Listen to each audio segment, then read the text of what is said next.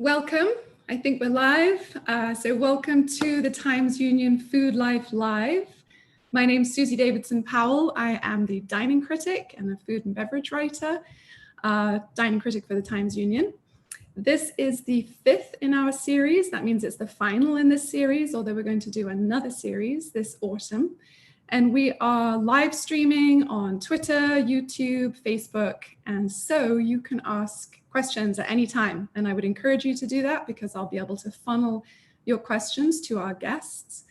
Our topic this week, we've called it homegrown, but really what we're talking about is access to fresh produce, urban farming, and sort of looking at it through the lens of COVID, the impact with the restaurant shutdown, the disruption to the food supply chain. You might have seen pictures in the New York Times of farmers plowing their crops back into the field, farmers who perhaps supplied restaurants and had no other outlet for getting that into the hands of people who otherwise could have used it. You may have also seen Dan Barber, Chef Dan Barber of Blue Hill at Stone Barns. He has the Kitchen Farm Project where he's encouraging people to get back into growing their own food. You know, we're seeing the rise of victory gardens, you know, getting people to sort of consider how do you get your food? And in fact, I think Soulfire Farm out in Stephentown, they've been delivering raised beds to urban neighborhoods to help people and to teach people how to grow some of their own food. But I'm really thrilled today. I have three wildly different guests, three women who are all in some capacity working in farming, urban farming. I'm going to be speaking to Alicia Brown, who along with her husband, Ben, is the co-owner, farmer of Edible Uprising Farm. She is over in South Troy. It's a tiny farm, so I have to say, hers is perhaps the smallest operation, and she and her husband are actually living on the farm. So she's going to be coming to us from her chicken coop. So, hi there, Alicia, I see you there. And I'm also going to be speaking with Emma Hurst. She wears a lot of hats. So she is a chef and also the director of culinary and commercial operations over at Ferry Farm in Latham. She's also the CEO of Ferry Farm, along with her husband, Johnny Barker, and her brother-in-law. So I will ask her to tell us about their roles. But over in Latham, and actually not too far, pretty much a stone's throw from the Troy-Schenectady Road and some of the big box stores over there where you might not expect to find a 30-acre farm of the caliber that she is running. So we'll talk with Emma. And then lastly, I have Amy Klein of Capital Roots, and she is the CEO. She has also been working with so many farms. I like to think of them as sort of bridging the gap. They have many programs getting fresh produce into the hands of people in urban areas, in senior living situations, working with schools. You know, we could certainly spend 45 minutes talking about those programs. So we're going to have to cherry pick a couple of our topics today, but I'm really excited to have the three of you with me, and I'm going to try and keep the pace moving. Now, the way we have done the others in the series, and the others have been a little different than this because we've talked about rosé and we've talked about boozy ice cream, and certainly we talked about the impact of the shutdown on the restaurant industry. But this is a happy hour situation, or at least we're calling it happy hour at 4 o'clock in the afternoon.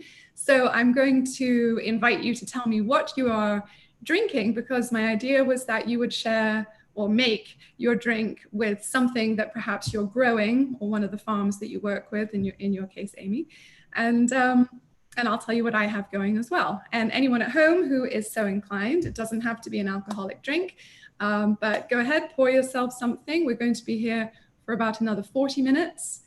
And I hope that you'll ask some questions as we go. So I'm going to first of all go over to Alicia over at Edible Uprising. Welcome. Thank you so much. And can you first of all tell me what you have to drink? Well, I was just wheel hoeing in the fields, 95 degrees, very hot, so I wanted something really refreshing. I got some cucumbers from the field and some mint from the field and some of the maple syrup that my husband Ben makes, and just blended it up with ice. I peeled and seeded the cucumbers, threw in the mint, threw in some maple syrup, a little lime juice, and ice. So it's super hydrating and really, really delicious. It's a recipe I shared with some of our CSA members a few weeks ago. So Fantastic. Really, that sounds delicious. And that probably has the lowest carbon footprint of anything that anyone could make. yeah, I mean, literally, who knows where the alcohol came from, but everything else, yeah. fair enough. Okay. So you're stepping out from the chicken coop, and you don't have chickens in the chicken coop, do you? No, just No. me and my dog right now. Okay, very good. All right, so I will cheers you in a minute, and I'm going to go to Emma. Hi, welcome. Thank you so much for having me. Absolutely. And what did you rustle up with your So I've been in a hot kitchen all day making pasta, and I really wanted a cold beer. So we have a kegerator upstairs in our office, and you need one. As everybody should, right? Yes. And it's filled with Pacifico right now. So I'm having a cold Pacifico, and I chopped up some of our hot chilies that we're growing and threw those in it, and also a sprig of papicha, which is an herb from southern Mexico that we grow, and it is my favorite herb that we grow. Wonderful. That sounds delicious too. And so Amy, welcome to you as well. Thank you for joining us. Now you work with so many farms, and you have the Urban Grow Center right on River Street in Troy. So I don't know how you made a decision about what to put in your drink. Well, I have to confess, this was made for me. So thank you, Marissa and Mike, for preparing my cocktail, my mocktail, I should say. Okay. So I'm still working, and so I felt it was only right not to include alcohol. So I have a fake Moscow Mule made with peaches and wild black raspberries and mint from our Produce Project farm, which is a stone's throw away, and that's our urban youth-powered farm. So that sounds delicious too. And that program, that's working with Troy High School students, right? Correct. Okay, great. All right. So just quickly, I'll tell you what I have here. A lot of veggies going on in here. So mine is a Pimm's. Couldn't get more British than that. So that's this. This is not local, clearly. Pimm's, super refreshing, but the beauty of a lovely Pimm's drink in summer is that you really have to put a whole bunch of fruit and veg in there in order for it to be in any way authentic. And I did get a veggie box from Ferry Farm this week. So in fact, I'm using one of your cucumbers. One of your many. Like to market more. One of your, it is? Okay. There were so many different varieties in there, but, and then I'm also growing various things out in my garden. And so I decided to, if you're making Pimm's, you can mix it with some sort of lemon lime soda, which we call lemonade in England, but it would be carbonated, so like a 7-Up or something. And that normally you would put strawberries and orange and mint and definitely cucumber. But I went a slightly different route with this. I mixed it with really spicy ginger beer and the cucumbers, and I muddled up thyme and rosemary for a more herbaceous kind of flavor profile, and it's absolutely delicious. It's always good on a hot day. So cheers, and cheers to anybody who decides to pour the drink. Okay. All right, so I'm going to go to Alicia first. First, I should give a little bit of your background. I mean, you're an artist. You went to Rhode Island School of Design, and here you are farming in the 95-degree heat. But you have this tiny farm, and you and your husband, he studied sustainable agriculture, I think, in Vermont. And your background, or your background story, involves farming on much larger scale farms across Vermont. And now you find yourself in South Troy in a pretty urban setting, farming exactly 1 acre. So I'm interested to know why Troy, and basically how you started doing that, and then obviously the effect of COVID and the restaurant shut down, because I think at least 50% of what you were growing was going to local restaurants. That's right. Yeah. So I mean, we had lived in Vermont for years and we're looking for land to buy there. We really wanted to start a vegetable farm together. We had worked for other people, we had homesteaded, but we really wanted to grow food for people. And in Vermont, the land was so expensive. Good agricultural land was so hard to find. Everybody's farming in Vermont, and the population is so low that we just kind of met a dead end. And so 2 years ago, we came and visited a friend in Troy and met the owner of this property in South Troy, and he expressed that he was looking for farmers to work this land. And it was, an open field. It had been a horse pasture 40 years ago. He had bought it to save it from development. And we immediately were like, no, we don't want to live in an urban area. We love being out in the middle of nowhere, like not for us. But when we were driving away, we were talking about it, and it's like, there are people just a block away. We're 2 miles down from downtown Troy.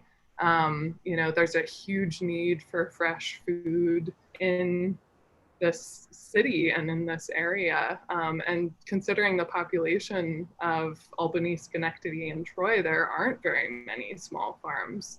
And so for us, it really felt like an opportunity to be able to grow food for real people and not just have it depend on agro-tourism like it would in Vermont. We would have had to specialize in some kind of specialty crop or specialty angle in order to make a living. And we really just wanted our farm to be a place that people could come and actually buy all the food that they consume in a week, and so, people walk to the farm, people, in the neighborhood eat from the farm.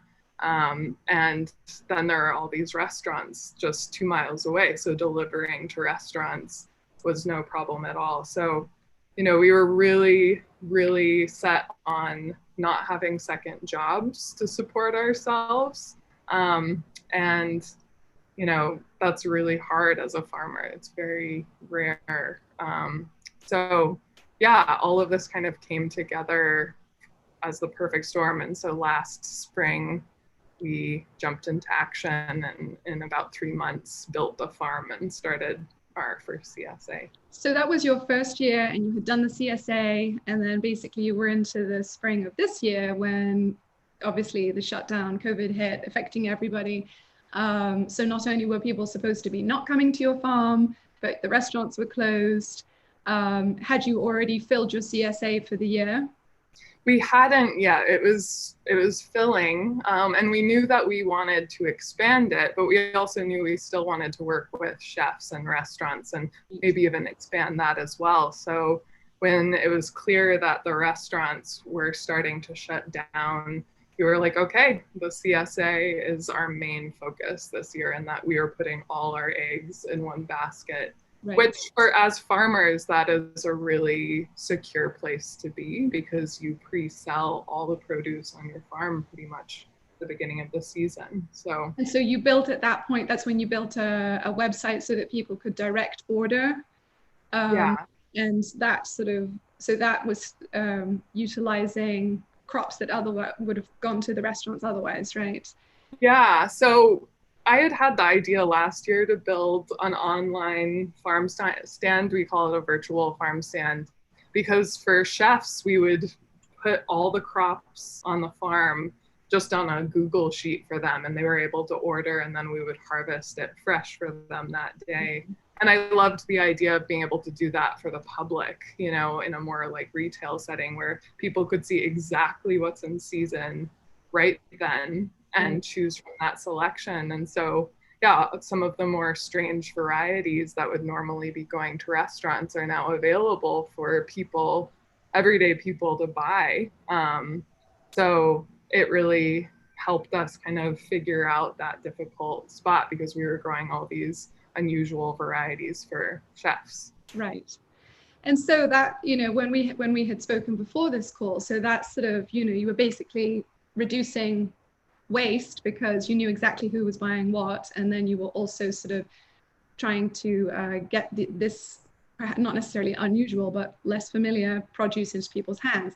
And when I spoke with Emma, this was the key element too. Emma, I want to, we'll kind of backtrack to your start and your operations, but just making that segue, you have gone very much gung-ho right into this online. People can order their veggie boxes from you, but also a whole range of things. I mean, really, this winter is when we saw you starting your bakery CSA. Can you tell me a little bit about the range of products that you're offering now? And then I'll jump back into your first year when it was a little different.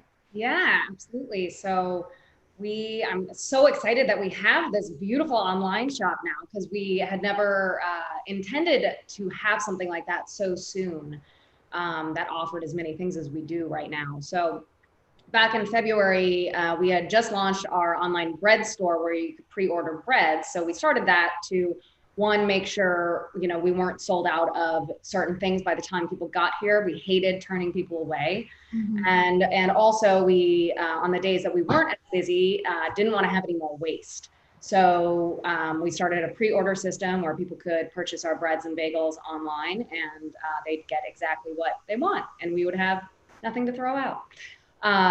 So a month into that, you know, COVID was right around the corner, and we knew that we needed to close down. Safety was top priority. And then also figuring out, you know, how we could work safely, but also keep our whole team together and working. So we spent the first few months, or couple, I would say month and a half, was spent,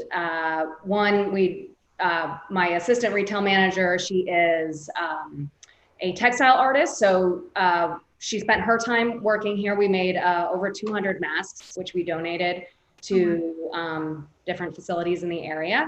And the rest of our team spent time kind of tackling projects, more like systematizing and process-driven projects that, you know, would kind of help us. And we usually don't have time to do that at this time of the year. Sure. So it was really nice to be able to have that time in a way. Right. But, you know, a lot of those projects got completed within a month, and then we're like, okay, what do we do? So we were like, all right, we gotta rally. So we put all forces into building out our online shop and expanding our offerings, and, you know, not being confined to a pretty small shop. We have a physical store on our property, but it is quite small, and we can only offer so much within that, and it's not a conditioned space. So so we were very limited as to what we could offer in terms of food offerings. But now with an online store, we can offer so many more things. And we do prepared foods now. We have bake at home items. We have tons of different products with our produce in it. And we also have way more grocery offerings just in general from other really amazing makers and artisans in the area. And it's actually been quite complimentary to the operation of Ferry Farm, because ever since day one, when we were a much smaller operation, you know, we founded this farm and started to grow the vegetables that we are growing still to this day, because we wanted to see that in this community, and we wanted to grow really beautiful, unique, chemical-free produce for this community in Latham, where, you know, you do see a lot of box stores, and certainly the supermarkets in the area are better now. But I grew up here. I'm from Manans, and you know, when I was growing up here, it was like not awesome grocery stores. Right. And, things have definitely improved. There's no doubt. I've been here for close to 20 years, and that's a big change too. Yeah. Your start when you purchased the land, bought this farm, it was just you and your husband, and you here you had been a chef in New York City. Mm-hmm. And obviously as a chef you're hyper aware of ingredients and, you know, wanting to use and bring different flavors into things. And then I think certainly with what you're doing now, I mean, a lot of people are still not comfortable going back to restaurants, even though they're open. And obviously we're going to see takeout continue and home-based meal kits continue, and people being far more brave, I think, about cooking their own food. So, and then, you know, so on the one hand, you have the disruption to the food supply chain, but you also have people who are saying, hey, I want to cook with good ingredients. And so here you are, it's 5 years since you started Forts Ferry Farm. It's tomorrow. Tomorrow, happy anniversary. Well, we should toast you to that. So, any excuse. I don't think we've used the word pivot yet, but we'll drink every time we see it. So in your first year, you were physically farming, and I know we laughed a little about me loosely calling you a farmer since you're wearing so many other hats, but nonetheless, you started the farm with your husband and your brother-in-law, and operations have grown. And when you talk about some of these items in the store, I mean, I can't go in there without buying stuff. So there's something like this, which is verjuice made by a company in the Finger Lakes. But you're also doing veggie boxes, and I'm really taken with your Instagram videos where you tell us all of these ingredients. And I mean, you know the names of way more cucumbers than I even knew there were cucumbers. But you're telling people what to do with them, what you can do with them. And so are you finding people are open to the idea of just the mixed bag of tricks that you're selling them, or are they committed to buying what's specific on the website? We get both. I think there's two types of people, right? There's like some people that want a box, that want a surprise and just kind of want to cook whatever is around. And then there are people that want to buy a la carte, and we offer both. So yeah. And then you're also putting, as you said, these you know, freshly prepared pastas, filled pastas, all sorts of other things that people can take and pair that up and have some fantastic salad or veggie side. I do want to say, I know that Alicia, also you have your veggie boxes, and that you have some that are, I think you call them community shares, that are either partially or fully funded by donations for you to give to people in the vicinity. Yeah. Am I correct in that? Okay. Yeah, all of our CSA members donate so we can give these veggie boxes to people who can't afford it in South Troy and the area. That's wonderful. And I know, Emma, that you also make weekly deliveries to St. Joseph's. Yeah, we deliver a couple 100 pounds of food a week to St. Joseph's. Okay. So with that segue, going over to Amy now. Now, I mean, I really am rather in awe of the operations going on over at Capital Roots. And I should be clear, although you can correct me if I have anything wrong here, that you know, you now have some 50 community gardens across Albany, Saratoga, Schenectady, and Rensselaer. And 55. Oh, okay, 55, sorry. And I mean, clearly you're working with so many farms, which there's been that original partnership, which allows you to have all sorts of produce to sell in your urban grow center. You also have the physical Veggie-mobile that's going out into neighborhoods and distributing in different ways. And I do definitely want to talk about the impact of COVID and the high need, and have you sort of give us an overview of why is there this need for fresh produce. But would you say, I'd received your Capital Roots newsletter, and I just think some of these, I just want to read some of these statistics because they're so compelling, that you've seen a 500% increase in sales in March through May, up from last year in terms of people coming and buying fresh produce, a 95% increase in EBT and SNAP sales in the same 3-month period since last year, 320% increase in number of transactions, again, March to May 2020, and a vast expansion of the array of produce ranging from eggs, pickles, meat, vegan sausages, and so forth. My point here is for all three of you in your very different operations, there is clearly a need for fresh produce, and people are understanding that they want to eat good, healthy food, right? They want access to this. Now, Capital Roots is bridging this gap, and I know that you have radically increased the number of farms that you're able to work with. Can you tell us a little bit about what that's been like during COVID, during the shutdown this month, really, this period that we're talking about, and why there is such a need in urban areas? Well, I guess I'll start with, the need. We're a 45-year-old nonprofit that started as a community gardening organization, giving people the ability to grow their own food, which is so empowering, and that's what our community gardening program is about. But we realized it's going on really probably about 18 years now, and this was before the USDA had talked about the term food desert, that our communities are these places that people don't have access to good, healthy food, to fresh food. And, supermarkets were leaving these neighborhoods, Troy, Albany, Schenectady, Cohoes, all of our urban areas. And what that meant is that people couldn't get access to fresh food. It was a real struggle to go to one of these supermarkets, because we don't really have markets anymore. We have supermarkets. Right. And there was this big fallacy, and in some circles it still exists, that low-income people don't want to eat fresh food. They don't know how to prepare it. They don't want it, and that's just not true. It's never been true. So what we started doing was developing a whole slate of programs to make fresh food more accessible and affordable in urban spaces. And, we began with our Veggie Mobile, which is the first mobile produce market in the country.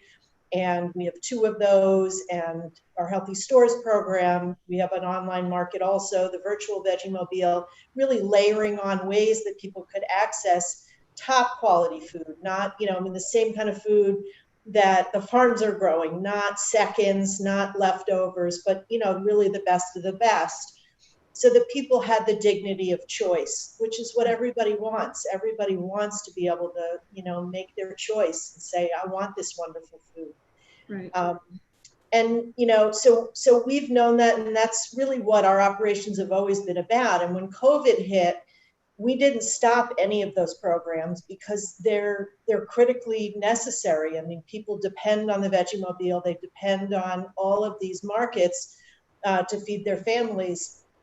But what we saw that was interesting was how we could, I'm going to say the word, pivot.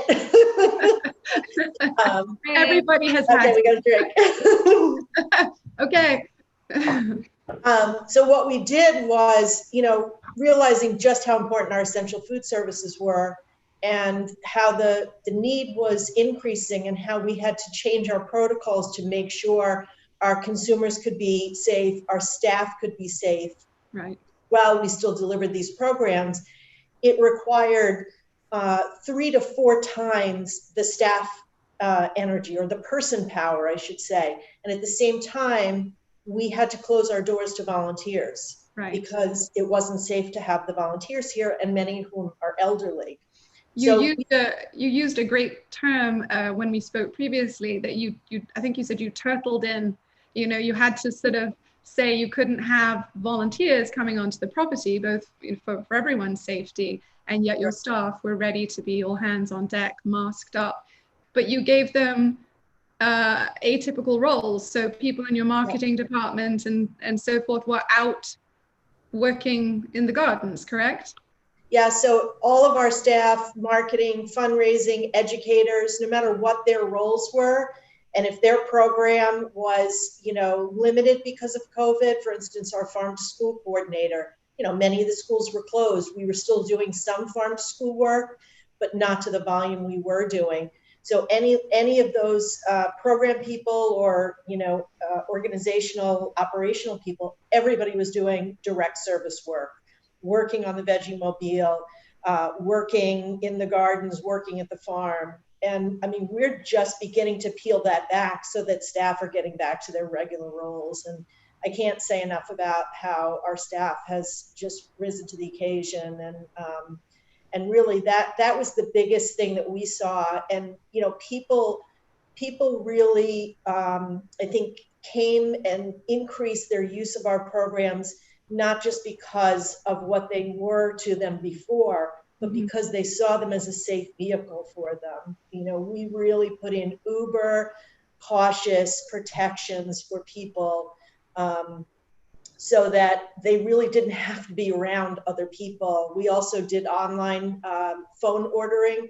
So the elderly could call in their order and have it at a Veggie Mobile stop, and they could just scoot out of their residence and, get their order and scoot back in. And so sort of everything about it was very stealth. We had, we opened up a window here at the Grow Center. So we did all of our transactions through the window. So people didn't have to come inside, one person at a time. So really focusing on the individual, their concerns about health and safety at the same time that we were continue to deliver all these fresh food access programs. It's unbelievable. I mean, it's so impressive and it's so important. And in addition, I mean, I know that both Alicia and Emma had said in terms of reducing waste, because they knew they were basically picking crops to order, picking produce to order, knowing how much to pick and how much they could leave, rather than kind of, showing up to the farmer's market or operating your own and hoping that those things that have been picked and washed and bagged up are going to sell. And so having that choice of knowing that you were producing exactly the right amount for exactly the right number of people. And in your case, Amy, you were now expanding with the number of farms that you were working with. And you also, if I'm correct, I don't know if it's your staff or if you work directly with the farms, but you glean the fields for produce that might otherwise it might go to waste, right? Right. So that's our Squash Hunger program. It's our one giveaway program. And that's actually older than our Veggie Mobile. That was one of the first things we did to expand access to fresh food in the emergency feeding programs. And gleaning is a big piece of that. It's really about, again, trying to get the best quality food into the emergency feeding programs, fresh produce. And since we work with a lot of farms, we're able to make those connections. We have a wonderful core of volunteers that's skilled at gleaning, that can go out without trampling on farmers' fields, and go in at very little notice and do gleanings. And I mean, we've had some wonderful gleanings already this year. Everything from blueberries to, I can't even think. I mean, just all kinds of things. So that is an opportunity for farms when it's not worth their while to pick. And that's when often people see crops rotting in the field. It's just because it's not worth it to the farmer. They can't put that labor in when they don't have a market for it. But really our focus for the farms that we work with is that we give them a market for their product. We want to buy that product because farmers need to sell their product. And the giveaways should be the last tier, right below it rotting in the field or turning it under. I mean, we should figure out ways to be buying more product from farms. If it's seconds, it could be sold at a lower price point or something like that, but a way to infuse more money into the local farm economy. And that's really, what our food hub is about. We buy from tons of farms. And when COVID hit, we knew that farmers were struggling. And so we increased our effort to reach out to more farms and producers and expand, our reach in that way. And we buy from our 11 county food shed. So we're buying from, quite a large area in our region. It's a great point. And, allowing farmers to make a living wage is so important. And obviously, as someone who writes a lot about restaurants, so many chefs that I've spoken with in the area over the years, you know, talk about how people don't always want to pay more for their meal because it's using hyper-local, beautifully grown ingredients, and trying to educate people that food should not be always the very cheapest thing that you're getting. Now, where there's food need, you want to get that fresh food into people's hands.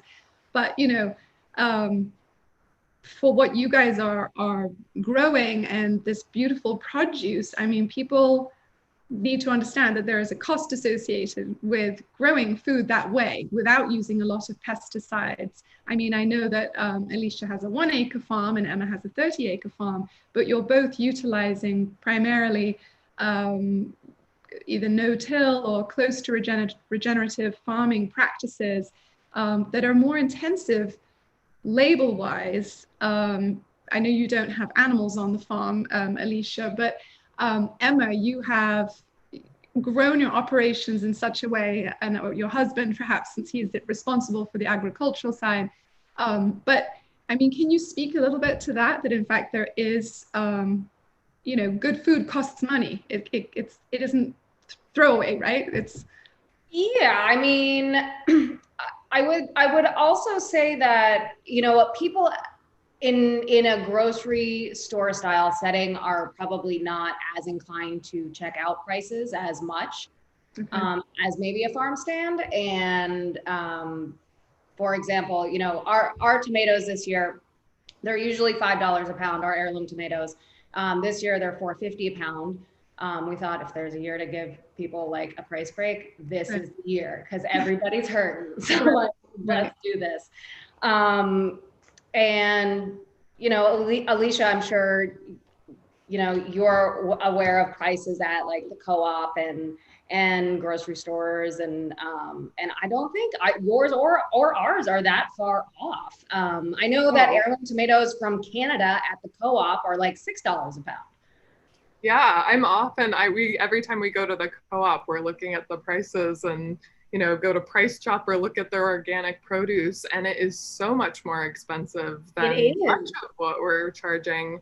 And it's because we're growing it and selling it direct. Exactly. Yeah. And so I think there is so much added value. And, you know, Alicia, both you at Edible Uprising and us at Ferry Farm, we don't use any sprays. And I'm so excited that this year, because of COVID, we started a delivery program because, you know, though we are in the heart of Latham, it's tough for people that are in more urban areas, Troy, downtown Albany, Schenectady, to get to us. It's a lot to ask them to come out to our little store. And we started an entirely free delivery program this year in a 6-mile radius. So that gets us to Troy, North Downtown Albany, Schenectady, parts of Clifton Park, and all of Latham. So it's incredible. I think it's a great value. Yeah. Well, then maybe it's a misnomer. Maybe people see in the supermarkets, and you're absolutely right. I mean, organic food, I mean, you can walk around the aisles and, you know, you can get bananas for one price, but if they're organic bananas, they're X amount more. So, you know, it can be perception. And certainly, you know, if we can limit and, you know, I also think like there is perception with all of these buzzwords of like, well, what is organic anyway? We do grow heirloom seeds. And if you want to consider that a buzzword, it certainly can be. But, you know, heirloom seeds are very finicky to grow. We don't use any chemicals, so we don't get as high of a yield, but it's something that's really important to us. And it's one of our values that, you know, we are here to serve the community. And COVID has really allowed us to even further serve the community with delivery program and 24/7 online shopping. And I don't know, we just want to give people really valuable, like not valuable, affordable, you know, goods at that are full of value. Right. Well, we only have a few minutes left, and I absolutely could continue talking to all three of you about this. We do have a few questions that I want to get to. And I think it's important to note that, you know, all of you are absolutely enriching the communities that you're working with, that this is about food access, and it is a symbiotic relationship. I mean, for Amy, who is, again, not to repeat myself, but, you know, this bridge getting produce from the farmers, buying it from the farmers, and then being able to get it into areas where in fact there isn't easy access, there aren't supermarkets. And then you guys, Emma and Alicia, you know, your presence in relatively urban areas, growing and or delivering, you know, it's a remarkable thing that I do think is vastly different than, you know, over the last 20 years, you know, we were not seeing it, you know, people trying to grow. Even there's Flower Scout in Troy who has a flower CSA and garden right in the heart of Troy. Again, you know, flowers, we all need flowers too. Flowers on the table, I would rather buy from her than from the supermarket. But so a few quick questions here. First of all, so this, you know, we've sort of seen through COVID, this has exposed, if you like, some of the flaws in the food chain, you know, the disruption to the food chain. So the question was really, is the rise of small or relatively small urban farms, is that the fix? Is that what we're going to see? Is that, is there consensus that that is what is needed to help people have access to fresh produce rather than relying on big supermarkets? I mean, we've all seen the supermarket shelves completely empty during COVID. So anyone can reply to that. I wish that that would be the fallout, to be honest, but, you know, I think, you know, people, I mean, I know just within my circles, people are already, you know, going back to their market, you know, purchasing. And, you know, I think the real lessons from COVID really need to be broken down to understand the issues with our supply chain. In the fall, we're going to be releasing our regional food system assessment that we've been working on for 3 years. And it looks at production, distribution, and processing along with consumption. And, you know, we have so many problems in our distribution system in the food chain. And, you know, I think until we really look at our entire food system and the problems, but also the opportunities and where economic development opportunities exist, and for, you know, government and funders to really invest in those things, there's not going to be a lot of change, but there's tremendous opportunity. And, you know, these two farms are great examples, and there are so many other great examples of small producers that are, you know, rising up, and but so much more effort and support needs to be provided. Yes, I think it's worth also mentioning other producers like cheese producers and, you know, other people who we do see at farmers markets who don't always have an outlet, especially when the farmers markets were also closed, and sort of exploring how else they can get food into people's hands.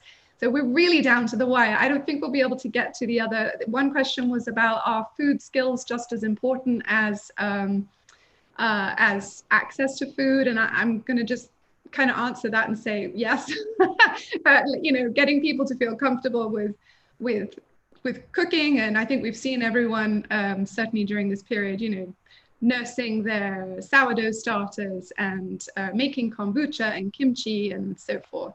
And there is also a question, Deborah Clausen from Facebook wants to know if we can provide the information on where to get all the local products that went into our drinks, which we're not drinking very fast.